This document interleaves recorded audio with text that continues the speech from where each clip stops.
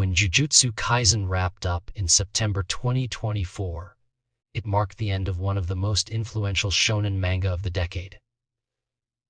Gege Akutami's series had given fans years of dark curses, emotional character arcs, and epic fights, but its finale split the fandom in two. Some readers felt satisfied, while others thought it left too many questions unanswered. Even with that mixed reaction, the love for JGK never really faded. Fans kept rereading, the anime kept drawing in new viewers, and discussions about the characters continued long after the story's conclusion. That's why when news broke that Akutami had launched a sequel manga called Modulo, expectations were sky high. And somehow, this new series manages to be even better than anyone could have predicted. The premise of Modulo is already a bold shift from what came before. Instead of continuing directly from Yuji Itadori's journey, it jumps ahead almost 7 decades after Sukuna's defeat. This alone gives the story a sense of freshness because we're no longer trapped in the unresolved threads of the original series. The spotlight now falls on Yuka and Tsurugi Akatsu, the grandchildren of Yuta Akatsu and Maki Zenin. These two siblings stumble upon an extraterrestrial being named Maru, who strangely wields powers similar to those of Jujutsu sorcerers. The series is scheduled for a 6-month run in Shonen Jump, but if the first chapter is anything to go by, it might become another fan favorite like its predecessor. What makes Modulo immediately stand out is how it tackles the weaknesses of Jujutsu Kaisen. Many fans pointed out that Akutami's original story sometimes failed to explain its world properly. We knew the curses were terrifying, we knew sorcerers fought them, but the bigger picture of how society functioned around them was always fuzzy. In the sequel, the timeline jump helps solve this issue. By setting it 68 years after Sukuna's defeat, Modulo doesn't have to waste time clarifying every little detail from before.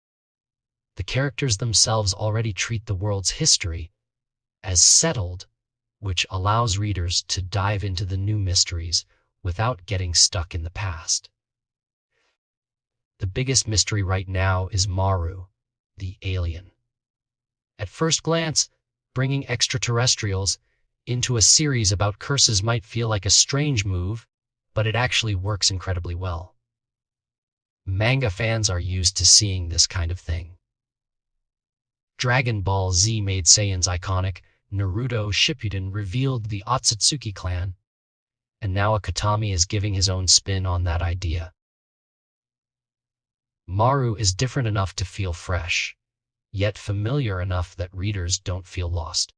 His alien background makes him an outsider, which is the perfect storytelling tool to explain this world to new readers while still making things engaging for longtime fans. The heart of Modulo, however, isn't just the alien. It's the sibling duo. Yuka and Tsurugi immediately come across as stronger leads than Yuji and his friends were at the start of Jujutsu Kaisen. That's not to say Yuji, Megumi, and Nobara weren't loved, but their bond took time to develop, and their roles sometimes felt uneven. In contrast, Yuka and Tsurugi's relationship is the beating heart of the new story right from chapter 1. Yuka is ambitious and wants to live up to the Akatsu name, while Tsurugi carries the weight of insecurity and doubt, wondering if he even deserves to be tied to such a powerful bloodline.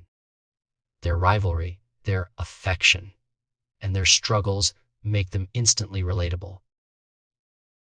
And then there's the way their dynamic changes when Maru enters the picture. Unlike the trio in JJK, where Yuji often carried the emotional load, Modulo feels more balanced.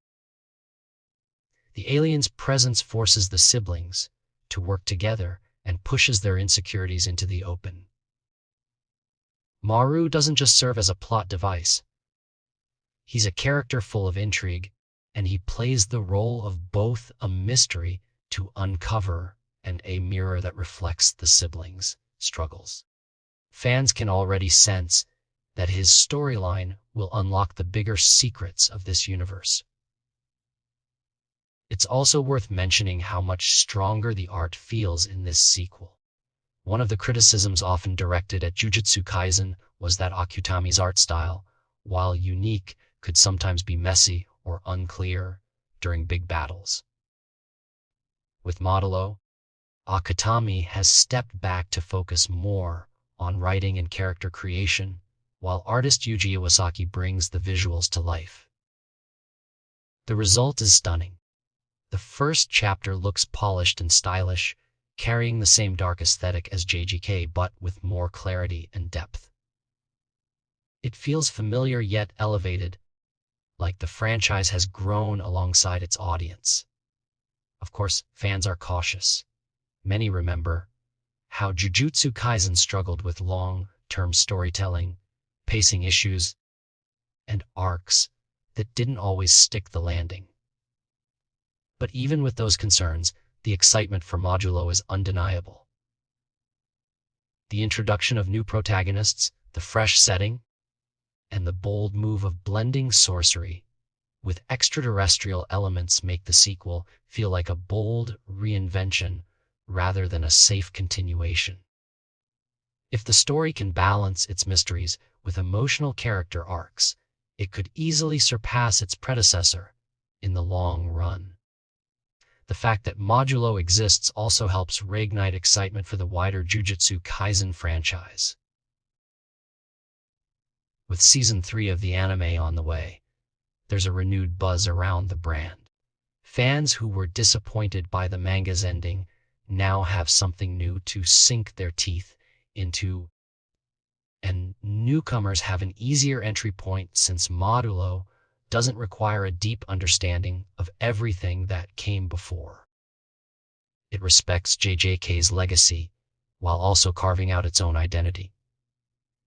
In the end, Modulo feels like exactly what Jujutsu Kaisen needed. It's not a rehash of old battles or a forced continuation of Yuji's journey. It's something fresh, exciting, and unpredictable. Yuka, Tsurugi, and Maru already have the makings of a legendary trio, and the promise of a story that blends curses, sorcery, and aliens feels like the kind of wild creativity that keeps shonen manga alive. If this first chapter is any sign of what's to come, Akutami might have just pulled off the rarest thing in manga, a sequel that's every bit as thrilling as the original, and maybe even better.